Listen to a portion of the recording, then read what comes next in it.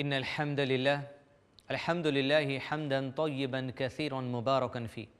وأشهد أن لا إله إلا الله وحده لا شريك له، وأشهد أن محمدا عبده ورسوله. أما بعد، فأعوذ بالله من الشيطان الرجيم. بسم الله الرحمن الرحيم. لقد كان لكم في رسول الله أسوة حسنة. بسم الله الرحمن الرحيم. رب اشرح لي صدري ويسر لي أمري واحلل عقدة من لساني يفقهوا قولي. ناظرین، سیرت النبی صلی اللہ علیہ وسلم کی سیریز کے 21ویں ایپیسوڈ میں آپ کا استقبال ہے۔ السلام علیکم ورحمۃ اللہ وبرکاتہ۔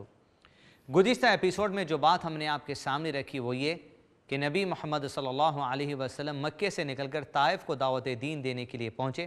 لیکن وہاں کے لوگوں نے آپ کے دعوت دین کو قبول نہیں کیا اور اسلام کی دشمنی ظاہر کرتے ہوئے نبی صلی اللہ علیہ وسلم کے پیچھے چند نوجوانوں کو لگا دیا، جنہوں نے آپ صلی اللہ علیہ وسلم پر پتھر برسائے، اور آپ صلی اللہ علیہ وسلم کے ساتھ حضرت زید تھے، اور وہاں سے نکل کر نبی صلی اللہ علیہ وسلم ایک انگور کے باغیچے میں پناہ لیے۔ وہاں پر اپنے زخموں کو پوچھ کر اللہ عز و جل سے اپنے غم کی جو سو بات سناتے، اپنے جو سو حالات سناتے، اور اللہ عز و جل سے دعا کرتے اور کہتے کہ سب کچھ اگر آپ کی آزمائش ہیں تو میں تمام چیزیں برداشت کرنے تیار ہوں، بس اللہ عز و جل آپ اگر ہم سے راضی ہو جائیں یہی ہمارے لیے کافی ہیں۔ اس کے بعد نبی صلی اللہ علیہ وسلم کے پاس پہاڑوں کا فرشتہ بھیجا گیا، جس نے اللہ کے نبی صلی اللہ علیہ وسلم سے کہا کہ اگر آپ چاہتے ہیں ان سے بدلہ لینا تو ہم مکے والوں کو دو پہاڑیوں کے درمیان پیس دیں گے، لیکن اللہ کے نبی صلی اللہ علیہ وسلم کے بارے میں اللہ سبحانہ وتعالی نے کہا آپ رحمت ہے سارے عالمین کے لیے۔ رسول اللہ صلی اللہ علیہ وسلم نے کہا نہیں، مجھے امید ہے کہ ان کے جنریشن سے ایسے لوگ نکلیں گے جو ایک اللہ کی عبادت کریں گے اور بت پرستی نہیں کریں گے۔ یوں اللہ کے نبی صلی اللہ علیہ وسلم کی حالات ہم نے گزشتہ ایپیسوڈ میں آپ کے سامنے رکھے تھے۔ سلسلہ آگے بڑھاتے ہیں۔ آپ صلی اللہ علیہ وسلم اب وہاں سے نکلے یہ پہاڑ کے فرشتے سے گفتگو کر کے، اور حضرت زید رضی اللہ عنہ سے کہا کہ زید چلو اب دوبارہ مکہ جاتے ہیں۔ زید رضی اللہ عنہ نے کہا اے اللہ کے نبی صلی اللہ علیہ وسلم آخر کیسے مکہ جائیں گے جبکہ وہاں کے لوگ تو آپ کی جان کے دشمن بنے ہوئے ہیں؟ ابو طالب کے انتقال کے بعد تو وہ تو آپ کے اوپر کسی بھی وقت حملہ کر کے آپ کو قتل کر سکتے ہیں۔ جتنی ہماری مسلمانوں کی سخت وہاں تعداد ہے وہ ممکن حد تک آپ کی حفاظت کی کوشش کر رہی ہے، لیکن تعداد کم ہے، اگر ہم ایسے موقع پر چلے جائیں تو آپ کی جان کو خطرہ ہو سکتا ہے۔ آپ صلی اللہ علیہ وسلم نے کہا زید تم مکہ چلو، اللہ عز و جل ضرور رسول کی اپنی مدد فرمائے گا اور ضرور اس دین کو لوگوں کے اوپر غالب کرے گا، مکہ چلو۔ نبی صلی اللہ علیہ وسلم حضرت زید رضی اللہ عنہ کے ساتھ پازیٹیو اپروچ والی بات کرتے ہیں، منظم پہلو سے بات کر کر کہتے ہیں کہ چلو اللہ عز و جل کی ذات پر توکل رکھو، جس مقصد کے لیے ہم بھیجے گئے ہیں اس مقصد میں اللہ سبحانہ تعالیٰ کوشش دیکھے گا اور ضرور تمہاری کوششیں دیکھ کر اللہ تعالیٰ تم کو کامیاب کرے گا۔ لہذا جو بھی مقصد ہم لے کر زندگی میں اٹھیں دیدان ملت، کچھ پریشانی اور آزمائشوں کی وجہ سے اپنے قدم کو پیچھے نہ ہٹائیں، اس لیے کہ اللہ عز و جل کی مدد قریبی آپ پہنچتی ہے۔ حالات ہوتے ہیں، لوگ مشورہ دیں گے، دل میں وسوسے آئیں گے، شیطان تو چاہے گا کہ آپ خیر کے کام سے رک جائیں، لیکن اللہ کے نبی صلی اللہ علیہ وسلم کی سیرت کی بات ہمارے سامنے اس پازیٹیو اپروچ کو رکھتی ہے جہاں پر آپ صلی اللہ علیہ وسلم 10 سال سے ایک پروجیکٹ کے پیچھے لگے ہیں، لیکن ایسی خاصی فائدہ لوگوں کو تو دکھائی نہیں دے رہا تھا، لیکن گراؤنڈ مضبوط ہوتا چلا جا رہا تھا۔ اللہ کے نبی صلی اللہ علیہ وسلم کی وہ نظر اللہ عز و جل کی رحمت پر تھی، اور آپ صلی اللہ علیہ وسلم نے حضرت زید سے کہا زید چلو۔ حضرت زید اور نبی صلی اللہ علیہ وسلم وہاں سے نکلے، لیکن نبی صلی اللہ علیہ وسلم مکہ پہنچنے سے پہلے زمانے کے اصول اور کلچر کے حساب سے ابو طالب کے انتقال کے بعد ایک آدمی کو چننا تھا جو اللہ کے نبی صلی اللہ علیہ وسلم کا سپورٹ بنے گا، جس طرح ابو طالب تھے۔ جیسا ہم نے آپ کو گزشتہ ایپیسوڈز میں کہا، عرب کا دستور اور کلچر تھا اگر کوئی آدمی اپنی دشمن کے بارے میں بھی کہہ دے میں نے اسے پناہ دے دی ہے، میں اسے سپورٹ کرنے والا ہوں، تو زمانے کا کوئی بھی آدمی اس کو ہاتھ نہیں لگاتا تھا۔ اس کا مطلب یہ تھا اگر کوئی بھی آدمی اس آدمی کو مارے گا تو جس آدمی نے اس کو پناہ دے دی ہے وہ اور اس کی ساری فوج ان لوگوں سے لڑے گی صرف اس آدمی کی وجہ سے۔ یہ زمانے کا دستور تھا۔ اللہ کے نبی صلی اللہ علیہ وسلم اس زمانے کے دستور سے فائدہ اٹھاتے صرف دین اسلام کی سربلندی کے خاطر، اور آپ صلی اللہ علیہ وسلم نے وہاں سے نکلے اور پہنچے وادی نخلا جو مکے کے راستے پر تھی۔ وادی نخلا میں نبی صلی اللہ علیہ وسلم غالباً 10 دن تک وہاں پر قیام کیے اور 10 راتیں آپ صلی اللہ علیہ وسلم وہاں پر رہے غالباً۔ جب صحابہ جو مکے میں تھے جن کو پتہ چلا کہ آپ صلی اللہ علیہ وسلم وادی نخلا میں قیام کیے ہیں تو کچھ صحابہ اللہ کے نبی صلی اللہ علیہ وسلم کے ساتھ وقت بتانے کے لیے،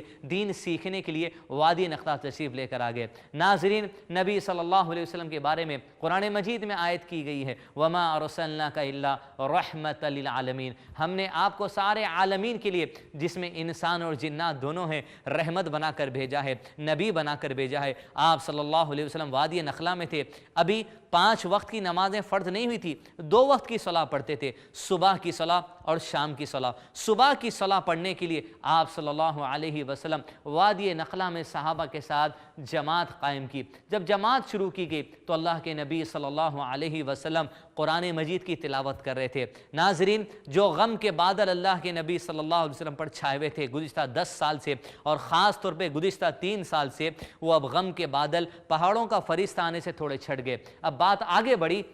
یہاں تک کہ نبی صلی اللہ علیہ وسلم کی مضبوط ہمت ہو جانے کے لیے، ہمت کمال کو پہنچ جانے کے لیے اللہ عز و جل نے نبی صلی اللہ علیہ وسلم کی خوشخبری دی۔ جب آپ صلی اللہ علیہ وسلم صبح کی صلاح وادی نخلا میں صحابہ کو پڑھا رہے تھے اور جو کچھ قرآن مجید کا نزول ہوا تھا وہ قرآن مجید صلاح میں پڑھ رہے تھے، تو اچانک اس وادی سے اللہ عز و جل نے ایک جنوں کی جماعت کو بھیج دیا۔ جب جنوں کی جماعت اپنے اس سردار کے ساتھ اس وادی نخلا سے، اس جگہ سے گزری جہاں آپ صلی اللہ علیہ وسلم لوگوں کو صلاح پڑھا رہے تھے، تو جنوں کی جماعت میں سے اس سردار نے کہا خاموش ہو جاؤ۔ اس سردار نے ساری جماعت سے کہا خاموش ہو جاؤ، اور لوگوں سے کہا کہ توجہ سے سنو یہ کلام جو شخص تلاوت کر رہا ہے، جس کا ذکر اللہ عز و جل نے قرآن مجید میں اس طرح ارشاد فرمایا۔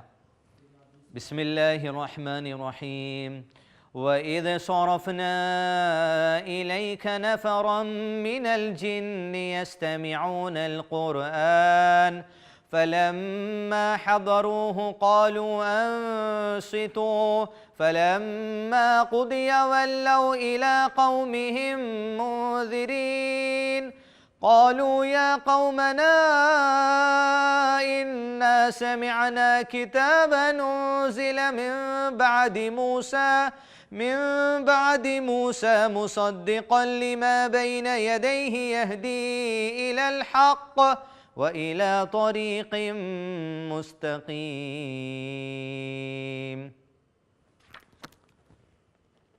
جس کا ترجمہ علماء اکرام نے اس طرح کیا، وَإِذْ صَرَفْنَا، اس وقت کو یاد کری اللہ کے نبی صلی اللہ علیہ وسلم جب ہم نے آپ کی طرف جنوں کی ایک جماعت کو بھیجا۔ جب جنوں کی جماعت کا گزر آپ کے پاس سے ہوا تو جنوں میں سے ایک جن نے اپنی ساری جماعت سے کہا خاموش ہو جاؤ، خاموش ہو جاؤ اور توجہ سے سنو۔ جب اللہ کے نبی صلی اللہ علیہ وسلم اپنی صلاح ختم کر چکے، صلاح میں قرآن کی تلاوت اختتام کو پہنچ چکی، تو جنوں کی جماعت جو بڑی توجہ سے قرآن مجید کو سن رہی تھی، اس میں سے تمام نے قرآن سن کر ان کے سردار نے ان سے کہا اے قوم، ہم نے بڑا عجیب قرآن سنا ہے۔ جب یہ لشکر جنوں کا پلٹا اپنی وادی کی طرف تو اللہ عز و جل نے اس آیت کے ذریعے اللہ کے نبی صلی اللہ علیہ وسلم کو خوشخبری دی، ارے انسان اگر پتھر مارتے ہیں تو آپ کو پریشان ہونے کی ضرورت نہیں، اے نبی صلی اللہ علیہ وسلم، انسان اور جنات دونوں کے لیے آپ نبی بنا کر بھیجے گئے ہیں۔ اس عاد شخص، اس جن نے کہا اپنے قوم کے لوگوں سے، اے قوم، ہم نے آج ایک بڑا عجیب کلام سنا ہے جو موسیٰ علیہ السلام کے بعد نازل کیا گیا، اے ہماری قوم، اللہ کے دائی محمد صلی اللہ علیہ وسلم کی بات مان لو، اسلام کو قبول کر لو، بے شک اللہ عز و جل تمہیں بخشنے والا ہے اور تمہیں جنتوں میں داخل کرے گا۔ جنوں کی ایک جماعت نے اسلام قبول کر لیا، ایک ایسی دعوت جس کا علم اللہ کے نبی صلی اللہ علیہ وسلم کو نہیں تھا اس وقت تک، جب تک کہ آیت نازل نہیں ہوگی۔ جب نبی صلی اللہ علیہ وسلم پر یہ آیت نازل ہوئی جس میں اللہ کے نبی صلی اللہ علیہ وسلم سے کہا گیا کہ آپ کی بات سن کر، اس کلام اللہ کو سن کر جنوں کی جماعت نے اسلام قبول کر لیا، نہ ہی اسلام قبول کیا بلکہ وہ لوگ جنوں کی جماعت پلٹ کر دعوت کا کام کرنے لگے، انہیں دین کی طرف بلانے لگے۔ ناظرین، اس موقع پر 2 اہم نصیحتیں ہم لیں گے۔ سب سے پہلی بات، اس جنوں کی حرکت کو یاد رکھیے، انسان ہم ہوتے ہوئے یہ کام ہم پر لازم ہے، لیکن جنوں نے بھی اس طریقے کو اپنا لیا۔ نبی صلی اللہ علیہ وسلم کے پاس سے جب گزرے تو کیا کہا اس جن نے؟ اس نے کہا خاموش ہو جاؤ اور توجہ سے سنو۔ ناظرین، آج مسلمان اپنی صبح کرتے ہیں تو قرآن مجید سن کر کرتے ہیں۔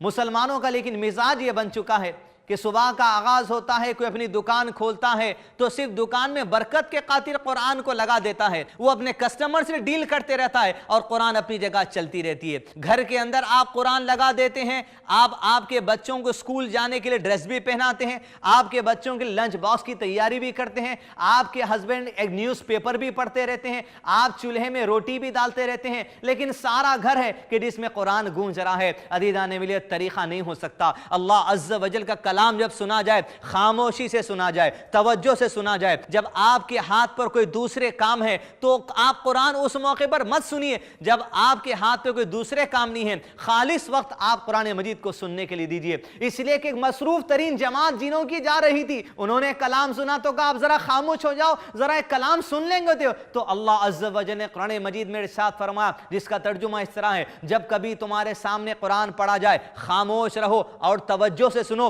شاید کہ تم پر رحم کر دیا جائے۔ یہ مثال ہے جنوں کی کہ جو توجہ سے قرآن سنے، اللہ نے ان پر رحمت کر دی، ایسی رحمت کر دی کہ ان کے دل میں اسلام کو داخل کر دیا، ایسی رحمت کر دی کہ وہ اسلام کے داعی بن کر اپنی قوم کی طرف پلٹے۔ ناظرین، قرآن کے ساتھ کسی بھی قسم کا مذاق نہ ہونے پائے۔ یہ اللہ عز و جل کا کلام ہے، اس کو توجہ سے سننا چاہیے، اس کو بڑے ہی اخلاص سے پڑھنا چاہیے تاکہ اللہ عز و جل جو ہم سے خطاب کر رہا ہے وہ باتیں ہمارے سینوں میں داخل ہو جائے۔ لہذا قرآن سننے کے معاملے میں بہت ہی محتاط ہو جائیں اور بہت ہی عمدہ طریقے سے قرآن مجید کی تلاوت کریں بھی، اور عمدہ طریقے سے قرآن مجید کی تلاوت سننے کی بھی عادت ڈالیں۔ اسی طرح ناظرین، اب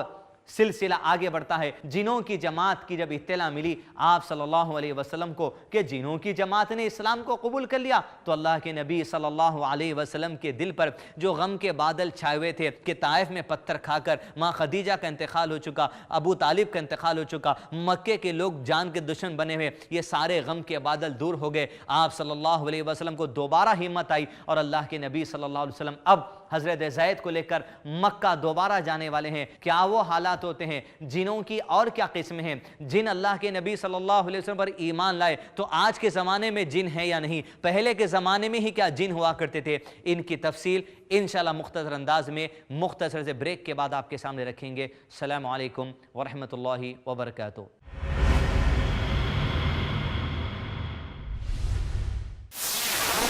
درس قرآن دیکھیے شیخ ثناء اللہ مدنی کے ساتھ قرآن کا ایسا درس جو آپ کے ذہن کو منور کر دے۔ ہر پیر سے جمعرات اور سنیچر صبح 6:30 بجے اور شام 7:30 بجے، صرف i+ TV پر، بہتر زندگی کے لیے۔ اللہ تعالیٰ نے فرمایا جو کچھ رسول اللہ صلی اللہ علیہ وسلم دیں اس کو قبول کرو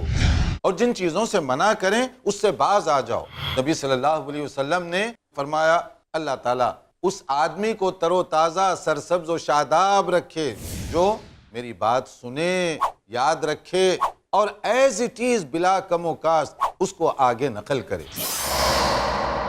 درس حدیث جانیے شیخ عبدالہادی عمری سے احادیث کی وہ تعلیمات جو کر دے آسان آپ کی زندگی اور سنوار دے آپ کی دنیا و آخرت۔ ہر سنیچر دوپہر 3 بجے، صرف i+ TV پر، بہتر زندگی کے لیے۔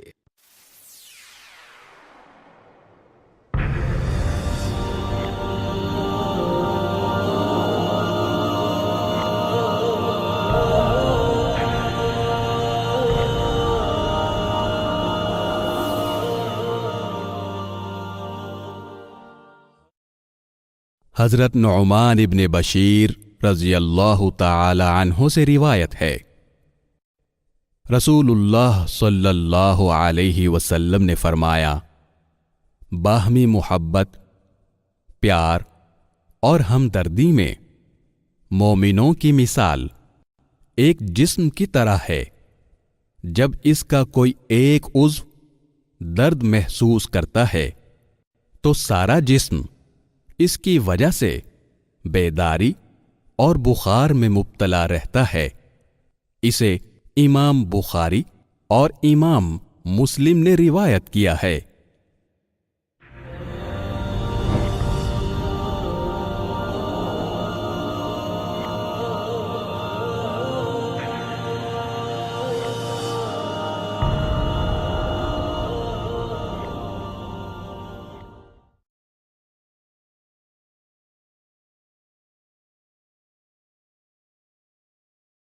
ہے ابتدا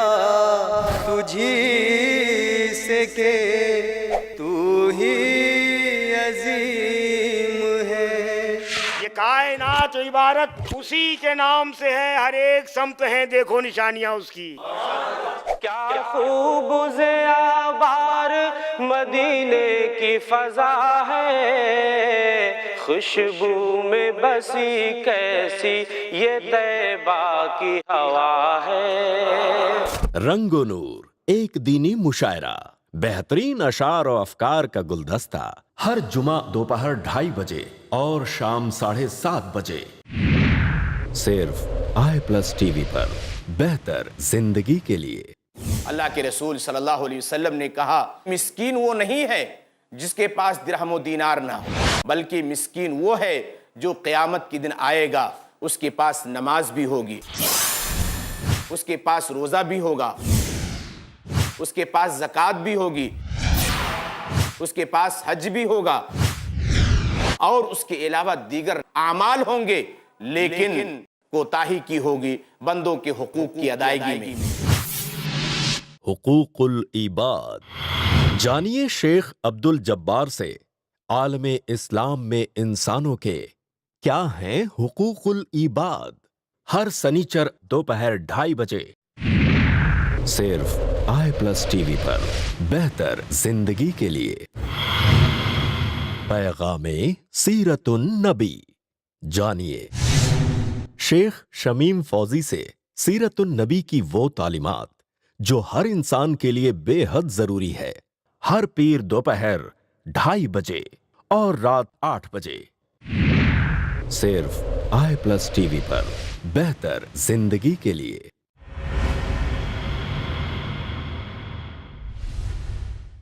ناظرین، بریک کے بعد ایک مرتبہ پھر سے سیرت النبی صلی اللہ علیہ وسلم کی سیریز کے اس 21ویں ایپیسوڈ میں آپ کا استقبال ہے. بریک میں جانے سے پہلے جو بات ہم نے آپ کے سامنے پیش کی وہ یہ کہ جنوں کی ایک جماعت وادی نخلا میں جب آپ صلی اللہ علیہ وسلم قرآن مجید کی تلاوت کر رہے تھے وہاں سے گزری تو بڑی توجہ سے سنی، اور اللہ سبحانہ وتعالیٰ نے ان کو ہدایت عطا کی. انہوں نے اسلام کو قبول کیا اور پھر اسلام کے داعی بن کر اپنی قوم کی طرف پلٹے اور جنوں کی جماعت میں دعوت کرنے لگے.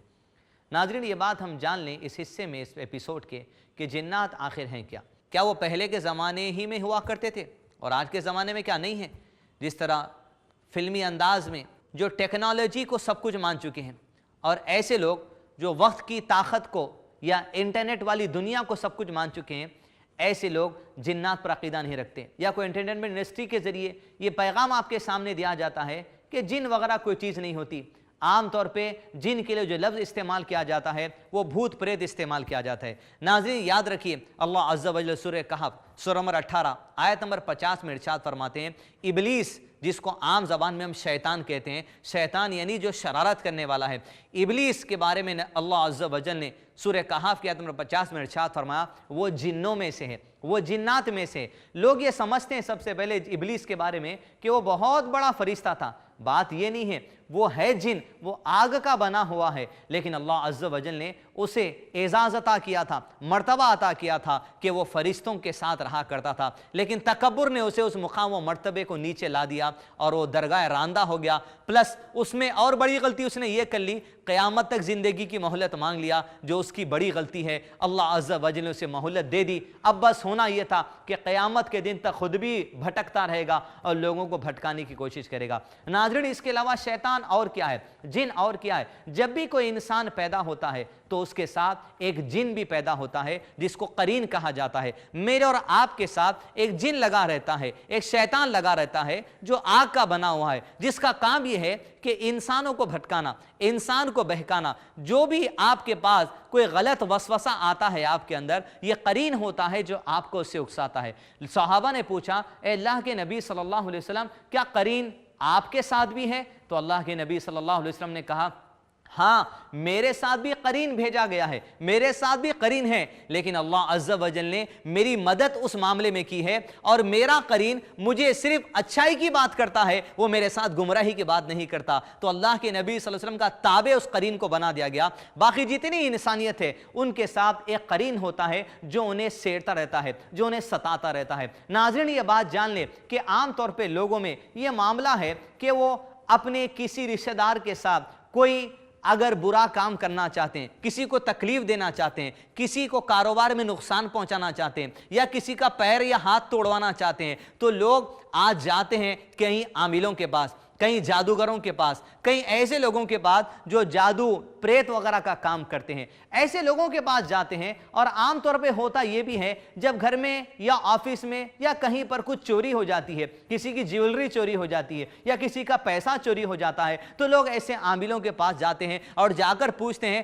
کہ آپ ہمیں بتا سکتے ہیں کہ ہمارے گھر کی الماری سے کس نے ہمارا سونا چرا لیا، کس نے ہمارا پیسہ چرا لیا۔ جب وہ عاملوں کے پاس پہنچتے ہیں تو یاد رکھیے یہ عامل ایسے ہوتے ہیں جو اپنے پاس جنات کو پال کر رکھتے ہیں۔ جب اس طرح کے لوگ بھٹک بھٹک کر ان کے پاس آتے ہیں اور پوچھتے ہیں کہ ہمارے گھر سے کتنے ہمارے جیولری چرا لی، کس نے ہمارا پیسہ چرا لیا، تو ہر انسان کے ساتھ جو قرین جڑا ہوتا ہے اور وہ عامل جو شرک کر کر، کفریہ کام کر کر، برے کام کر کر اپنے پاس جنات کو پال کر رہتا ہے، وہ پالے ہوئے جنات کو اس آدمی کے پاس جو قرین ہوتا ہے اس سے وہ معلومات حاصل کرتے ہیں۔ وہ قرین اس جن کو جواب دیتا ہے کہ اس کے پیسے کو فلاں شخص نے فلاں جگہ سے فلاں وقت پر چرا لیا ہے، تو یہ عامل کو اس کا پالا ہوا جن اطلاع دیتا ہے کہ فلاں شخص نے فلاں وقت پر فلاں طور پر اس طرح پیسے یا جیولری کو چوری کیا ہے۔ جب وہ عامل ان لوگوں کو بتاتا ہے جو اس کے پاس آتے ہیں کہ کس طرح ہماری چوری ہوئی، تو عامل اپنی زبان سے کہتا ہے فلاں فلاں طریقے سے ہمارے پاس چوری ہوئی۔ تو لوگوں کا معاملہ یہ ہوتا ہے ایسے عاملوں کو، ایسے مجاوروں کو بڑا جادوگر سمجھ لیتے ہیں، بڑا علم والا سمجھ لیتے ہیں، ان کو سجدے کر دیتے ہیں، ان کو نذرانے پیش کرتے ہیں۔ یہ سب جنات کا کھیل ہے۔ یاد رکھیے جنات میں اچھے بھی ہیں جس کا تذکرہ سورہ احقاف میں کیا گیا، جس کا تذکرہ سورہ جن میں کیا گیا، اور جنات میں ایک ایسا جو قرین ہر انسان کے ساتھ جڑا ہے بھٹکانے کے لیے، اور جنات میں بعض ایسے ہیں جو غلیظ حرکتیں کرتے ہیں، جو کفر پر ہوتے ہیں، جو شرک ہوتے ہیں، جو شرک کیے جانے کو پسند کرتے ہیں۔ اس طرح شرک سے اپنے آپ کو محفوظ رکھیں، اس طرح عامل اور جادوگروں کے طرز سے اپنے آپ کو محفوظ رکھیں، اس لیے کہ تمام کھیل جادوگروں کے پاس جنات کی جو سو ذریعے سے چلتا ہے، اور جن اب ایک قوم ہے، اور شیطان یعنی ابلیس وہ بھی جنوں کی جو سو نسل سے ہے۔ ہر انسان کے ساتھ جو قرین لگا ہے وہ بھی جن کا حصہ ہے۔ انہی جنوں میں سے نبی صلی اللہ علیہ وسلم کی قرآن مجید کی تلاوت سن کر اس وادی نخلا کے پاس سے جب گزرے تو اللہ تعالیٰ نے نبی صلی اللہ علیہ وسلم کو اطلاع دی کہ جنوں کی ایک جماعت نے اسلام قبول کر لیا۔ نہ ہی اسلام قبول کیا بلکہ اسلام کی دعوت پھیلانے کے لیے جن دنیا کے دوسرے لوگ جنوں کے بعد دین اسلام کی دعوت دینے لگے، یہاں تک کہ جب یہ خوشخبریاں سننے کے بعد آپ صلی اللہ علیہ وسلم کو دوبارہ ہمت آ گئی، نبی صلی اللہ علیہ وسلم کو دوبارہ ہمت آ گئی، تو آپ صلی اللہ علیہ وسلم نے زید رضی اللہ عنہ سے کہا چلو دوبارہ مکہ چلیں۔ لیکن جیسا آپ کو بریک میں جانے سے پہلے بات بتائی گئی کہ نبی صلی اللہ علیہ وسلم کے بعد اب یہ پلاننگ تھی کہ جس طرح ابو طالب نبی صلی اللہ علیہ وسلم کے سپورٹ میں تھے، اسی طرح کوئی ایک دوسرا سپورٹ مکے کی وادی میں قائم کیا جائے۔ آپ صلی اللہ علیہ وسلم وادی نخلا سے نکلے اور ایک خط لکھوایا، ایک پیغام لکھوایا اقنس شخص کے نام، جو مکے میں ایک بہت بڑے قبیلے کا سردار تھا، یا ایک بہت اچھا مضبوط پولیٹیکل پاور رکھنے والا آدمی تھا۔ زمانے کا دستور میں آپ کو پھر سے بتا دوں، اگر کوئی آدمی اپنے دشمن کے بارے میں، چاہے وہ مسلمان ہو یا غیر مسلم ہو، اس کے بارے میں اگر کہہ دے کہ میں نے اسے پناہ دے دی ہے، تو سمجھو کوئی دوسرا آدمی اس آدمی کو مارنے کا مطلب یہ ہے اس نے سارے ان گھر، اس سارے قبیلے کے اوپر اعلان جنگ کر دیا جس نے اس آدمی کو پناہ دی ہے۔ اسی دستور کے مطابق ابو طالب کا سپورٹ تھا۔ اسی دستور کو دوبارہ مد نظر رکھتے ہوئے آپ صلی اللہ علیہ وسلم نے اقنس کے نام چٹھی لکھی، لیکن جب اقنس کو پیغام ملا، نبی صلی اللہ علیہ وسلم نے جو چٹھی لکھوائی تھی، وہ پیغام ملنے کے بعد اقنس نے دوبارہ آپ صلی اللہ علیہ وسلم کے بعد، جبکہ آپ صلی اللہ علیہ وسلم بھی مکے کے باہر تھے، طائف کے نکل کر، وادی نخلا سے نکل کر مکے کے راستے پر تھے، اقنس نے دوبارہ پیغام بھیجا اور کہا کہ مجھ میں بھی اتنی طاقت نہیں ہے کہ میں آپ کا سپورٹ کر سکوں۔ کل کے دن اگر آپ پر حملہ کرے، میرے قبیلے والوں کو مینیج کرنا میرے لیے مشکل ہے، آپ کی حفاظت کے لیے جس طرح ابو طالب نے بنی مطلب اور بنی ہاشم کے لوگوں کو اکٹھا کر لیا تھا، اقنس اللہ کے نبی صلی اللہ علیہ وسلم نے ایک دوسرے شخص کے پاس بھیجا، اس نے بھی انکار کر دیا۔ پھر وہی پیغام آپ صلی اللہ علیہ وسلم نے مکے کے ایک بہت ہی مضبوط پولیٹیکل لیڈر یا مضبوط قبیلے والے مطعم بن عدی کے پاس بھیجا۔ وہ مطعم بن عدی جو عرب میں بہت زبردست رسوخ رکھنے والا پولیٹیکل لیڈر تھا، مطعم بن عدی کے پاس جب آپ صلی اللہ علیہ وسلم کو اس پیغام بھیجا تو مطعم بن عدی کو اللہ عز و جل نے اس کام کے لیے چن لیا۔ اللہ عز و جل جس سے چاہے اپنے رسول کی مدد کرے، جس سے چاہے اپنے دین کا کام لے لے۔ مطعم بن عدی تیار ہوا، اپنے اونٹ کی پیٹھ پر سوار ہوا اور اپنے نوجوان لڑکوں کو لے لیا اور کعبۃ اللہ کی سرزمین پر گیا، حتیم کے قریب جہاں پر مشرکین مکہ کی میٹنگ ہوا کرتی تھی۔ اپنی اونٹ کی پیٹھ پر کھڑے ہو کر یا بیٹھ کر مطعم بن عدی نے اعلان کر دیا کہ آج مطعم بن عدی اور اس کے قبیلے والوں نے محمد صلی اللہ علیہ وسلم کو پناہ دے دی ہے۔ مشرکین مکہ کے ہوش اڑ گئے کہ وہ جو ابو طالب کے انتقال کے بعد اللہ کے نبی صلی اللہ علیہ وسلم کے سارے سپورٹرز ختم ہوئے، لیکن اللہ سبحانہ وتعالیٰ نے ادھر مطعم بن عدی کو جیسے اٹھایا اور مطعم بن عدی کا اعلان جیسے ہی مکے کی وادی میں سنائی دیا، مشرکین مکہ کے سارے پلاننگز فیل ہو گئے، نیست و نابود ہو گئے۔ وہ پریشان ہو کر رہ گئے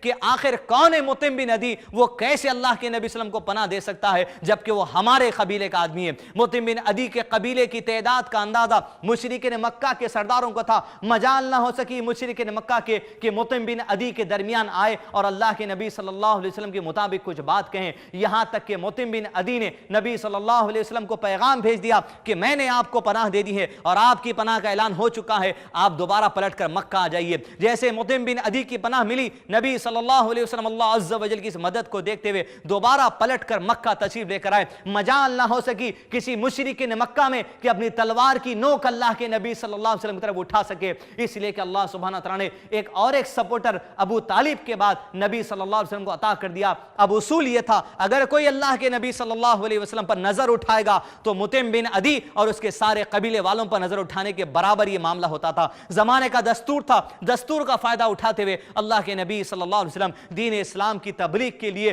آگے بڑھتے چلے گئے۔ ناظرین، کس طرح مکے میں دوبارہ آنے کے بعد حالات کس طرح قابو میں آئے، کیسے دوبارہ مکے میں دین اسلام کی سرگرمی کے کام شروع کیے گئے اور کیسے اسلام مکے کی وادی سے نکل کر دنیا کے دوسرے علاقوں میں اور مجھ تک اور آپ تک آیا، یہ ساری باتیں انشاءاللہ آنے والے ایپیسوڈ میں آپ کے سامنے بیان کرنے کی کوشش کریں گے۔ السلام علیکم ورحمۃ اللہ وبرکاتہ۔